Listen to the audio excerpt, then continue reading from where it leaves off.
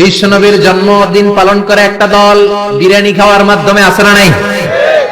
বিশ্বনবীর জন্মদিন সাহাবারা পালন করতেন না, বিশ্বনবী নিজেও পালন করতেন না। শুধু যখন জিজ্ঞেস করা হলো কেন রোজা রাখেন, বিশ্বনবী বলেন যেহেতু জন্মেছি, এই জন্মটা আল্লাহ আমার না দিলেও পারতেন, জন্মের শুকরিয়া স্বরূপ আমি রোজা রাখি। সুবহানাল্লাহ। কিন্তু ওই দিন মিষ্টি আর হালুয়া আছে না নাই? জশ্নে জুলুসে আছে না নাই? আহা, শুধু মিষ্টি আর জিলাপি, কিন্তু বিশ্বনবী রাখতেন রোজা। আপনি রোজা রাখেন, আপনি না খেয়ে থাকেন, তাহলে বিশ্বনবীর ভালোবাসার প্রমাণ পাওয়া যাবে, ঠিক কি না? এজন্য এই নবী এমন নবী যে নবীরে বাদ দিলে সিয়াম বোঝা যায় না, এই নবীরে বাদ দিলে হজ বোঝা যায় না। কারণ বিশ্বনবী আমাদেরকে হজ করে শিখিয়েছেন। বিশ্বনবী জীবনে হজ করেছে একটা, উমরা করেছে 4টা। বিশ্বনবী যদি হজ করে না দেখাইতো, আমরা হাজির হতে পারতাম? জোরে বলেন পারতাম?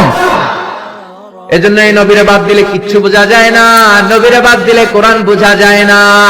এই জন্য এই নবীর ভালোবাসা আমাদের অন্তরে আছে না নাই? সূরা ফাতির 29 নম্বর আয়াতে আল্লাহ বললেন, মুহাম্মাদুর রাসূলুল্লাহি ওয়াল্লাযীনা মাআহু আশিদ্দাউ আলাল কুফফারি রুহামাউ বাইনাহুম। মুহাম্মাদুর রাসূলুল্লাহ, মুহাম্মদ আল্লাহর রাসূল। এটা কার কথা? বিশ্বনবী যে আল্লাহর রাসূল, এতে কোনো সন্দেহ আছে? সন্দেহ থাকলে কি ঈমান থাকবে? তিনি হলেন আল্লাহর রাসূল। বিশ্বনবী নিজেকে রাসূল বলে পরিচয় দিতেন।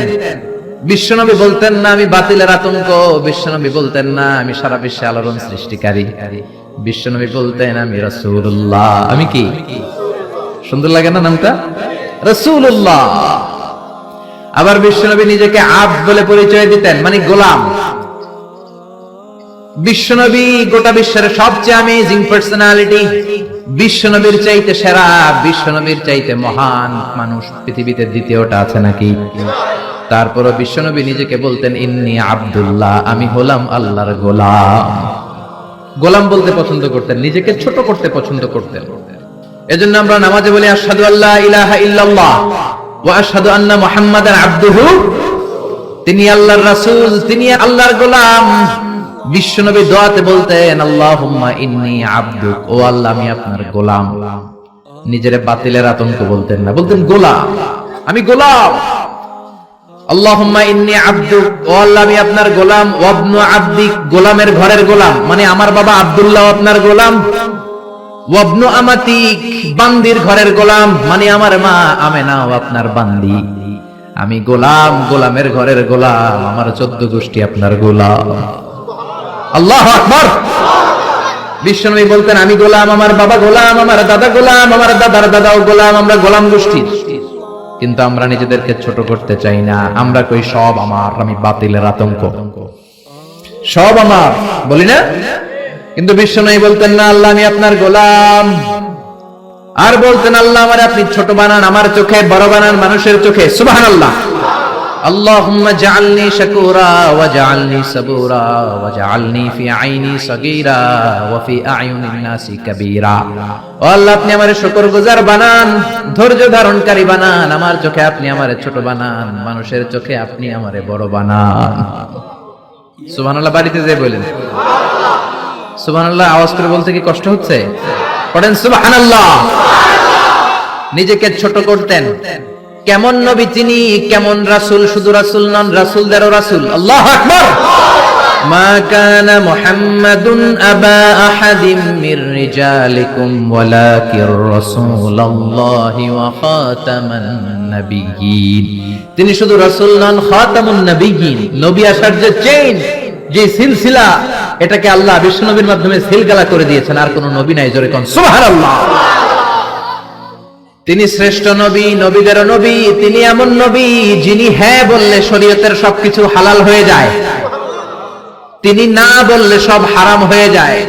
তিনি আঙ্গুল তুললে পূর্ণিমার চাঁদ 2 ভাগ হয়ে যায়। তিনি জমিন থেকে পা তুললে আল্লাহর আরশে মেরাজে চলে যায়।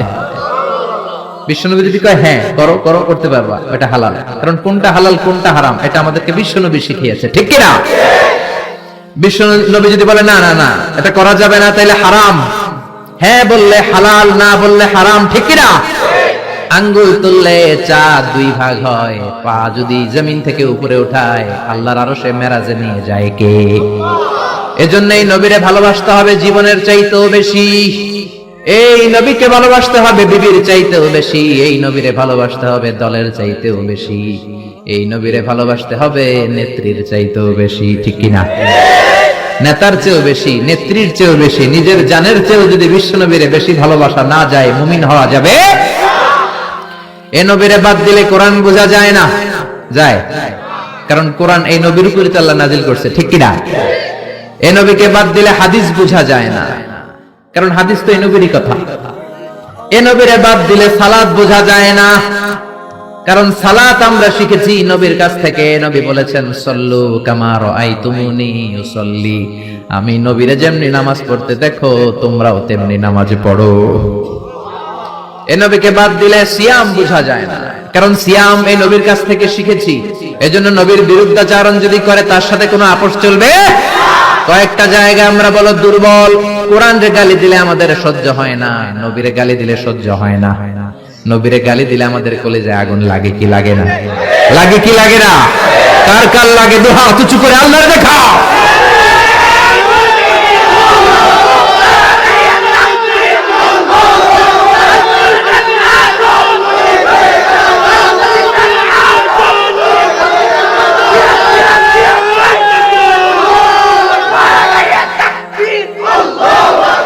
আল্লাহ আমাদের স্লোগানকে কবুল করো। নবীর জন্য যে ভালোবাসা, এই ভালোবাসার কারণে নবীর শাফায়াত আমাদের নসিব করে, পড়ে না আমিন? এজন্য এই নবী এমন নবী যারা বাদ দিলে কোরআন বোঝা যায় না, হাদিস বোঝা যায় না, নামাজ বোঝা যায় না, রোজা বোঝা যায় না। জোরে বলেন ঠিক কি না? আমাদের নবী এমন নবী যেই নবীর আগমন বার্তা দেওয়ার জন্য আল্লাহ আরেকজন নবীকে দুনিয়ায় পাঠিয়েছে। ঈসা আলাইহিস সালামকে আল্লাহ শুধু পাঠাইছে যে তুমি দুনিয়াতে যায় বলো সর্বশ্রেষ্ঠ একজন নবী আসতেছে। জোরে করে আল্লাহু আকবার। বিশ্ব নবীর আগমনের জন্য একজন নবী পাঠান আল্লাহ, এমন নবী যেই নবীর সুসংবাদ দিতে আরেকজন নবী দুনিয়ায় আসে। আল্লাহু আকবার। কি রহমতের নবী, কি বরকতের নবী। বিশ্ব নবী মসজিদে নববীতে প্রবেশ করলেন। এক সাহাবী বলে আদম হলো সফিউল্লাহ, আরেক সাহাবী বলে আমার কাছে অবাক লাগে মুসা হলো কালিমুল্লাহ, মুসার সাথে আল্লাহ সরাসরি কথা বলতেন। আরেক সাহাবী বললেন ইব্রাহিম হলো খলিলুল্লাহ। বিশ্বনবী সবগুলো শুনলেন। বিশ্বনবী এবার মসজিদে নববীতে ঢুকে বললেন তোমাদের কথা আমি শুনেছি, তোমরা ঠিকই বলেছো। আদম নবী সফিউল্লাহ, মুসা হলো কালিমুল্লাহ, ইব্রাহিম হলো খলিলুল্লাহ, আর জানো নাকি আমি হলাম হাবিবুল্লাহ। খলিল মানে আল্লাহর বন্ধু, হাবিব মানেও বন্ধু, কিন্তু খলিল হচ্ছে এমন বন্ধু যে বন্ধু আল্লাহরে খুশি করার জন্য কাজ করে, আর হাবিব হলো এমন বন্ধু যারা খুশি করার জন্য আল্লাহ নিজেই কাজ করে। রব্বুল আলামিন কিবলা পরিবর্তন করে দিলেন মক্কা থেকে ফিলিস্তিনের দিকে, কিন্তু বিশ্বনবীর অন্তরে বড় জ্বালা। আমার বংশের গোড়া যেখানে ইসমাইল নবী ইব্রাহিম নবী ছিলেন, ওই কাবার দিকে মক্কার দিকে যদি আমার কিবলা ঘুরিয়ে দেয়া হয় কতই না ভালো হতো। বিশ্বনবী মক্কার দিকে হয়ে নামাজ পড়তে পারেন না, কারণ আল্লাহ কিবলা চেঞ্জ করে বাইতুল মাকদাসে নিয়েছেন। বিশ্বনবী শুধু উপরের দিকে তাকায়, আল্লাহ বললেন ক্বাদ নারা তাকাল্লুবা ওয়াজহিকা ফিস সামাই ফালানুওয়াল্লিয়ান্নাকা কিবলাতান তারদাহা ফাওয়াল্লি ওয়াজহাকা শাতরাল মাসজিদিল হারাম। আল্লাহু আকবার। ও নবী, আমি আপনার অন্তরের কষ্ট বুঝি, আমি আপনার বুকের জ্বালা বুঝি। কেন আপনি উপরের দিকে তাকান আমি বুঝি। ফিলিস্তিনের দিকে হয়ে নামাজ পড়তে আপনার ভালো লাগে না, আপনার মনে চায় আপনার বংশের গোড়া, আপনার জন্মভূমি মক্কার দিকে হয়ে নামাজ পড়তে। যান গো নবী, আর ফিলিস্তিনের দিকে হয়ে নামাজ পড়ার দরকার নাই। আপনারে খুশি করার জন্য আমি কিবলা পরিবর্তন করলাম, এখন থেকে মক্কার দিকে হয়ে আপনি নামাজ পড়তে থাকেন গো নবী। আপনারে খুশি করাই আমার কাজ। ফিলিস্তিনে কিবলা দিয়েছে, আপনি খুশি হন নাই, যান চেঞ্জ করে আবার মক্কায় দিয়ে দিলাম। আল্লাহু আকবার। এজন্য আল্লাহ বললেন মুহাম্মাদুর রাসূলুল্লাহি ওয়াল্লাযীনা মাআহু আশিদ্দাউ আলাল কুফফারি রুহামাউ বাইনাহুম। মুহাম্মদ হলো আল্লাহর রাসূল। কার কথা? বিশ্বনবী বলেন আমি এমন রাসূল, আমার সব কাজেই বরকত আছে না নাই?